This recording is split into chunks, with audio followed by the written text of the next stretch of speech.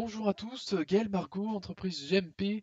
Donc aujourd'hui on se retrouve pour parler de mailing et de mailing sur Excel, programmé sur Excel. Donc si votre besoin s'apparente à ce que je vais vous présenter là dans les prochaines minutes, qu'il y a quelques modifications à apporter, pourquoi pas, venez en discuter avec moi. Mes coordonnées sont sur la description de cette vidéo ainsi que toutes les autres présentes sur ma chaîne.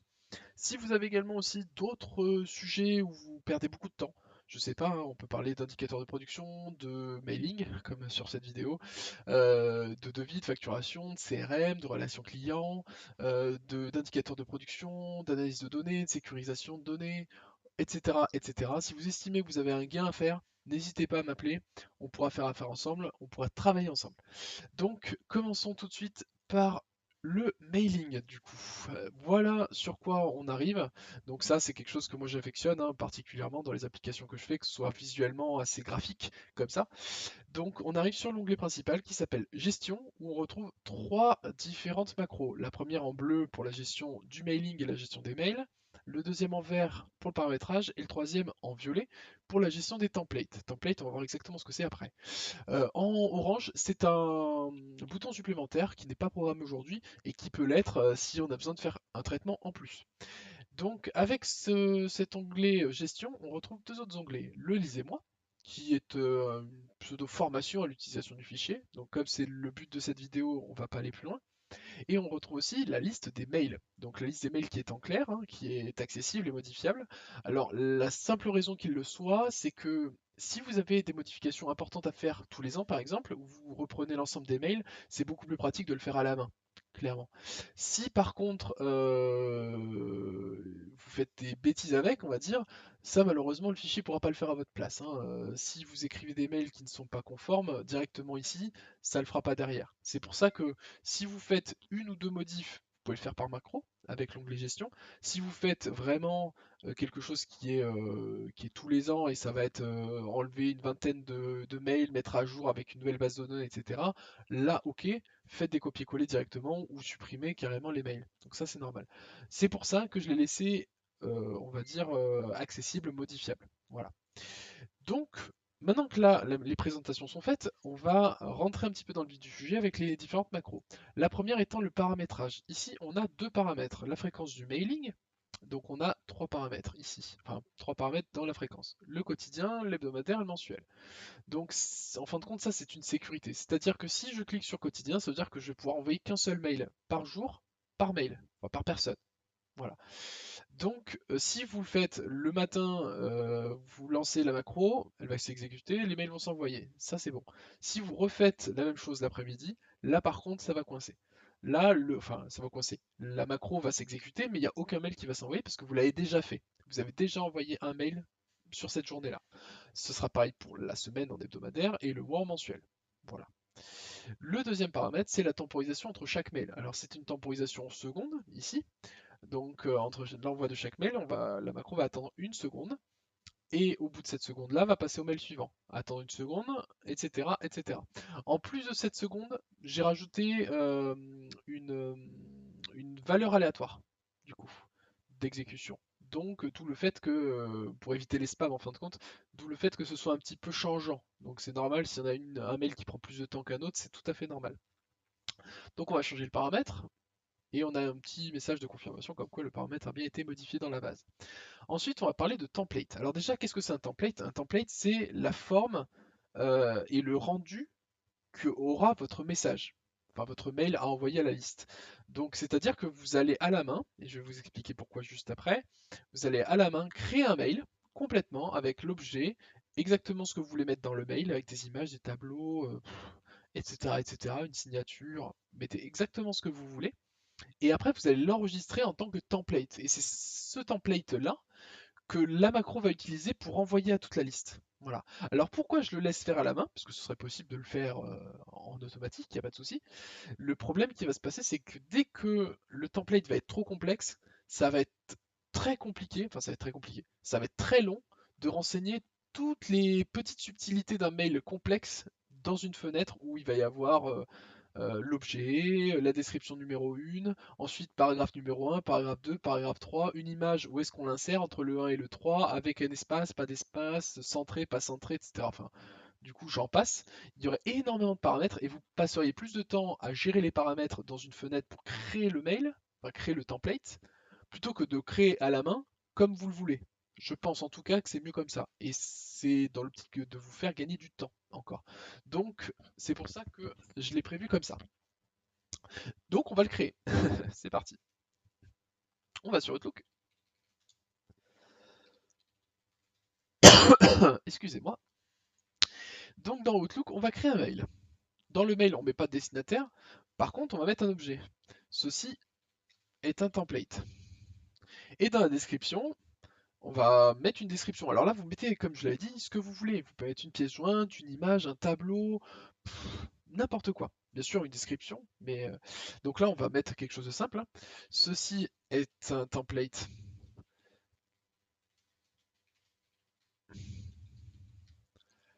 de l'entreprise GMP. Créer, créer le, voilà. Alors là, bien sûr, je ne vais pas m'étendre sur le sujet, hein, c'est pas le, c'est pas le but de faire un très beau template, ça c'est vous qui pourrez le faire, et pas moi. Alors ensuite, on va l'enregistrer. Par contre, petite subtilité, il ne faut pas l'enregistrer en tant que message. Ça, Outlook de base propose le format message, mais c'est pas celui-ci. C'est le format Model Outlook, OFT. Vous cliquez dessus, et là, du coup, on va aller directement, pardon, hop, on va aller là où c'est prévu de l'enregistrer. Et c'est ici qu'on retrouve d'ailleurs tous les autres templates que moi j'avais créés préalablement à cette vidéo, du coup. Et on va l'enregistrer. Alors bien sûr, vous pouvez l'enregistrer avec un autre nom que celui qui est, enfin, qui est déjà programmé à être rempli ici. En fait, vous pouvez mettre ce que vous voulez. En fait, de base, il récupère le nom de l'objet et il le met en nom de fichier. Mais l'un peut être complètement différent de l'autre. Donc on va mettre test, tout bêtement. Et on enregistre. Maintenant que c'est fait, Outlook, on n'en a plus besoin, on ferme tout. Voilà. Maintenant qu'on vient de créer le template, on peut aller dans l'onglet de gestion, enfin dans l'onglet, dans la fenêtre de gestion des templates. Donc on va voir dans le fichier, pour l'instant on n'a pas de template affilié, c'est-à-dire qu'on vient de le créer dans Windows, mais il faut que le fichier puisse le manger maintenant, on puisse s'attribuer ce template. Donc pour ça on a trois boutons. Le premier, ajouter, enregistrer et supprimer. Enregistrer et supprimer, c'est quand on en a et qu'on veut les supprimer, ou modifier, on va dire, la description, la note d'un template pour pouvoir le retrouver facilement ou savoir exactement ce qu'il y a dedans, etc. Bon, il y a un champ note qui va être vide à la création. Le premier bouton, par contre, c'est ajouter, et c'est là où on va pouvoir dire, tiens, le template, c'est celui-là, et je veux que tu l'enregistres. Donc là, on va aller le chercher là où je l'ai enregistré. Pardon, c'est pas là, c'est là.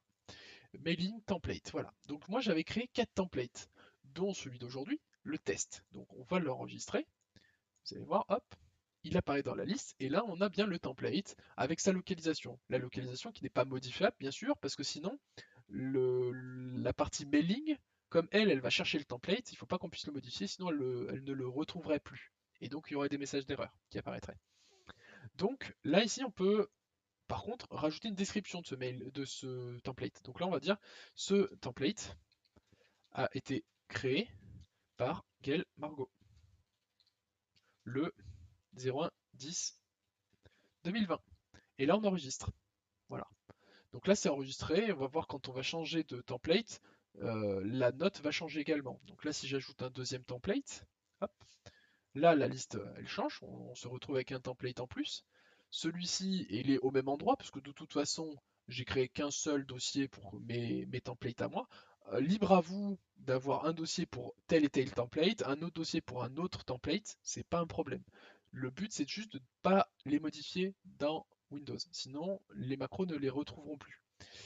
Et donc, le test, on retrouve bien la note que l'on avait enregistrée préalablement. Maintenant donc que nous avons fini avec notre gestion des templates, bon, nous avons deux templates, nous verrons comment on va les utiliser. On va aller dans la gestion des mails. Donc dans la gestion des mails, c'est relativement simple. On a trois parties. La première pour ajouter une adresse mail. Donc là, je me trompe, je mets gaël.com, pas de souci. Bien sûr, il y a un message d'erreur qui s'affiche comme quoi ce n'est pas une adresse mail. Donc bien sûr, il faut que ça respecte une typologie conforme à une adresse mail, gaël@gmail.com. Dans ce cas-là, ça lui va. Ah oui, pardon. Il existe déjà. Bon, là aussi, du coup, ça ne l'a pas ajouté. Donc on va mettre Gaël 2020. gmail.com. Donc a été ajouté à la base de données. Donc bien sûr, on peut du coup créer que des adresses mail, mais pas de doublons non plus. Parce que si on crée des doublons, on va envoyer plusieurs mails à une personne quotidiennement, par exemple, si le paramètre est quotidien dans le mailing. Donc ça évite ce genre de choses. Et ça évite du coup de se faire renseigner en tant que spam, une adresse qui spam les gens. Donc voilà pour cette partie-là. Ensuite, on a une deuxième partie qui est intéressante puisque on a une liste de mails dont on va sélectionner le mail que l'on veut soit modifier, soit supprimer. Donc, pour éviter d'avoir à chercher plusieurs minutes une adresse mail en question, on va avoir la possibilité de la filtrer. Ici, si je tape NAD, je n'ai qu'une seule adresse mail qui correspond à, enfin, qui a ces caractères-là. Alors ça peut être les premiers caractères, comme ça peut être dans la chaîne de caractères. Si je tape Hotmail, qui est forcément à la fin de l'adresse, je n'ai qu'une seule adresse à Hotmail, c'est celle-ci.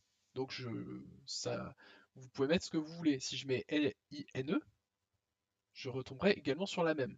Du coup, si je mets complètement autre chose, GAE, je récupère tous les GL créés dans cette liste-là. Du coup.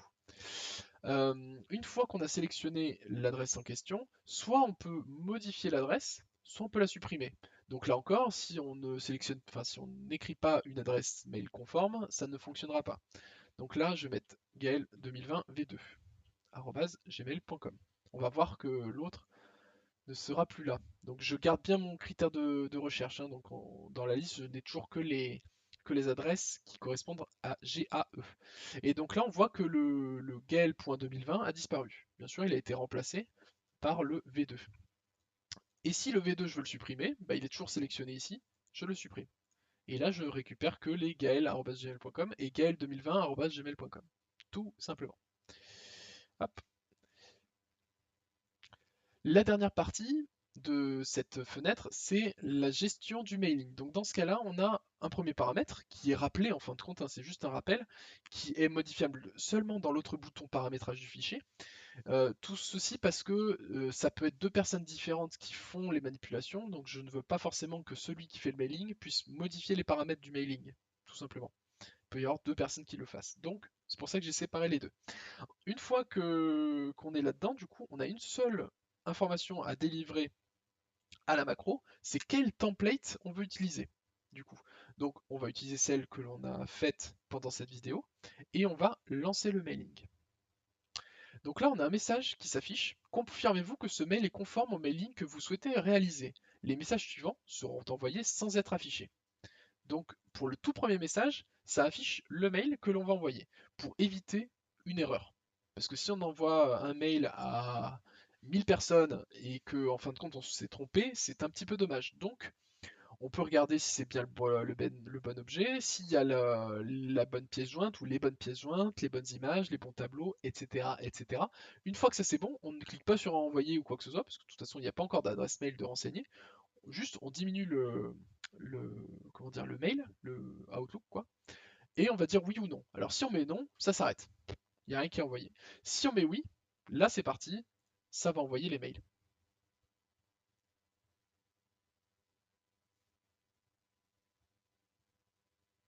Donc bon, là il n'y a pas grand chose à dire, il y a une barre de progression qui affiche la progression de l'envoi, et il n'y a plus qu'à attendre que ce soit envoyé, et on va vérifier après dans Outlook, même si moi j'ai fait une adresse fictive avec des mails fictifs à envoyer, donc j'aurai que des messages d'erreur qui vont revenir dans ma boîte, mais au moins pour montrer que j'ai bien les envois qui se sont effectués correctement. Donc voilà, les mails sont terminés. On va aller dans Outlook une deuxième fois. Hop,